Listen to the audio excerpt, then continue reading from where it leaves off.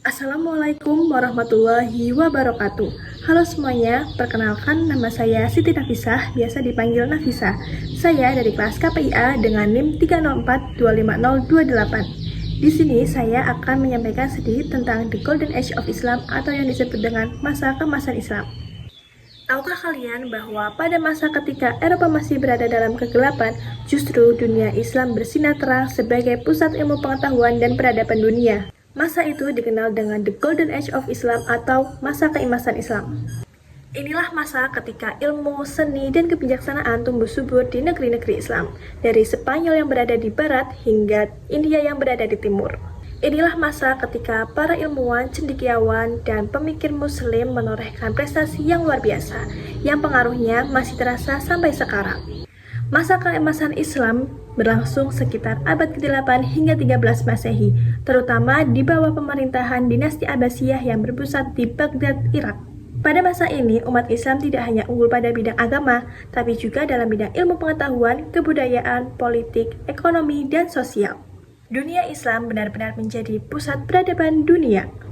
Kejayaan ini tidak muncul begitu saja, banyak faktor yang membuat umat Islam berkembang begitu pesat. Yang paling utama adalah ajaran Islam itu sendiri. Rasulullah SAW bersabda, menuntut ilmu adalah kewajiban bagi setiap muslim. Nilai itu menumbuhkan ilmu yang luar biasa di tengah masyarakat. Belajar, membaca, menulis dianggap sebagai ibadah. Selain itu, pemerintahan yang stabil dan makmur di bawah dinasti Abbasiyah memberikan ruang untuk para ilmuwan agar bisa berkarya tanpa rasa takut. Khalifah-khalifah seperti Harun al-Rasyid dan Al-Ma'mun dikenal sebagai khalifah yang mencintai ilmu. Mereka mendukung penuh kegiatan penelitian, penerjemahan, dan pengajaran. Ilmuwan diberi fasilitas, tempat tinggal, bahkan dibayar tinggi hanya untuk menulis dan meneliti. Simbol yang paling terkenal pada masa keemasan ini adalah Baitul Hikmah atau Bait al-Hikmah yang artinya rumah kebijaksanaan. Lembaga ini didirikan oleh Khalifah Harun al-Rasyid dan berkembang pesat pada masa Al-Ma'mun. Baitul Hikmah bukan hanya perpustakaan saja, namun bisa menjadi pusat riset, tempat penerjemahan, dan laboratorium ilmiah. Bisa dibilang ini adalah universitas pertama di dunia. Di sana, para ilmuwan dari berbagai bangsa dan agama berkumpul, dari Muslim, Kristen, Yahudi, bahkan Zoroaster. Semuanya bekerja sama untuk mencari ilmu. Semangatnya satu, yaitu menambah pengetahuan untuk kemajuan umat manusia. Ribuan karya dari peradaban Yunani, Persia, India, dan Romawi diterjemahkan ke dalam bahasa Arab. Namun, para ilmuwan muslim tidak hanya berhenti di situ saja. Mereka mengembangkan teori-teori dan melakukan eksperimen sendiri. Contohnya Al-Khwarizmi, yaitu sang bapak aljabar dan pencetus algoritma. Al-Kindi, filsuf besar yang menjembatani ilmu Yunani dan Islam. Al-Batani, yaitu bapak astronomi, dan Al-Razi adalah bapak ilmu kimia dan kedokteran eksperimental. Baitul Hikmah benar-benar menjadi pusat intelektual dunia. Dari sinilah lahir ilmu-ilmu yang kelak membentuk dasar sains modern. Selain sains dan matematika, masa keemasan Islam juga hampir menyentuh semua bidang kehidupan. Dalam matematika, umat Islam mengenalkan sistem angka Arab, konsep nol, dan ilmu aljabar. Dalam kedokteran, muncul nama besar seperti Ibnu Sina yang menulis kitab Al-Qanun fi Al-Tib. Dalam kimia, Jabir Ibnu Hayyan dianggap sebagai bapak kimia modern karena telah mengenalkan metode eksperimen ilmiah.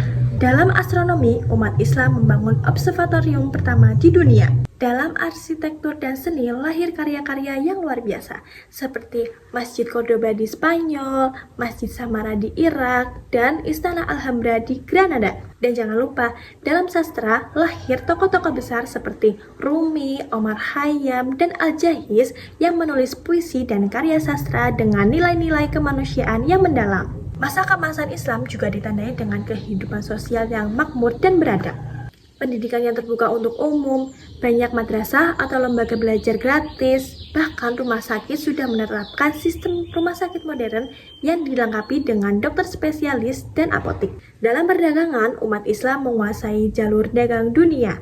Mereka membawa rempah, kain, dan logam dari timur ke barat. Tapi mereka juga membawa ilmu dan budaya. Hal ini dilakukan sehingga Islam tersebar luas ke Asia, Afrika, bahkan Eropa, bukan lewat jalur peperangan, namun dengan interaksi yang damai. Kota-kota seperti Baghdad, Kairo, Cordoba, dan Damaskus menjadi pusat ilmu, budaya, dan ekonomi dunia. Bayangkan saja, pada saat itu Cordoba sudah mempunyai lampu jalan, air yang bersih, dan ribuan perpustakaan. Dan pada saat itu, Eropa belum mempunyai sistem seperti itu. Namun sayangnya, masa kejayaan itu perlahan memudar. Ada beberapa faktor yang menjadi penyebabnya, antara lain perpecahan politik, konflik internal, menurunnya semangat menuntut ilmu, sampai serangan bangsa Mongol yang terjadi pada 1258 Masehi yang menghancurkan Baghdad dan Baitul Hikmah. Namun, warisan-warisan mereka tidak hilang begitu saja. Karya-karya para ilmuwan Muslim diterjemahkan ke dalam bahasa Latin dan menyebar ke Eropa. Dari situlah muncul Renaissance, yang artinya masa kebangkitan ilmu pengetahuan di Barat. Jadi sebenarnya, kemajuan Eropa tidak bisa dilepaskan dari peran besar peradaban Islam. Dari kisah masa keemasan Islam tadi, ada beberapa hikmah atau pelajaran yang bisa kita ambil. Yang pertama, iman dan ilmu harus seimbang. Ketika umat Islam menjadikan ilmu ibadah, mereka berhasil memimpin dunia dengan cahaya pengetahuan. Kedua, toleransi dan keterbukaan adalah kunci kemajuan. Di Baitul Hikmah, para ilmuwan dari berbagai bangsa dan agama bisa bekerja sama tanpa memandang perbedaan. Ketiga, kejayaan butuh persatuan dan akhlak. Begitu umat Islam mulai terpecah belah dan kehilangan semangat menuntut ilmu, disitulah peradaban mulai redup. Masa keemasan Islam bukan hanya sejarah untuk dihafal, tapi inspirasi untuk dihidupkan kembali. Kalau dulu umat Islam mampu menguasai dunia dengan ilmu dan akhlak, maka kita pun bisa, asal mau belajar, bekerja keras, dan menjaga persatuan. Semoga dari kisah The Golden Age of Islam tadi mampu mengingatkan kita bahwa kejayaan abadi bukan hanya soal kekuasaan, tapi soal pengetahuan, keadilan, dan persatuan. Sekian dari saya, terima kasih. Wassalamualaikum warahmatullahi wabarakatuh.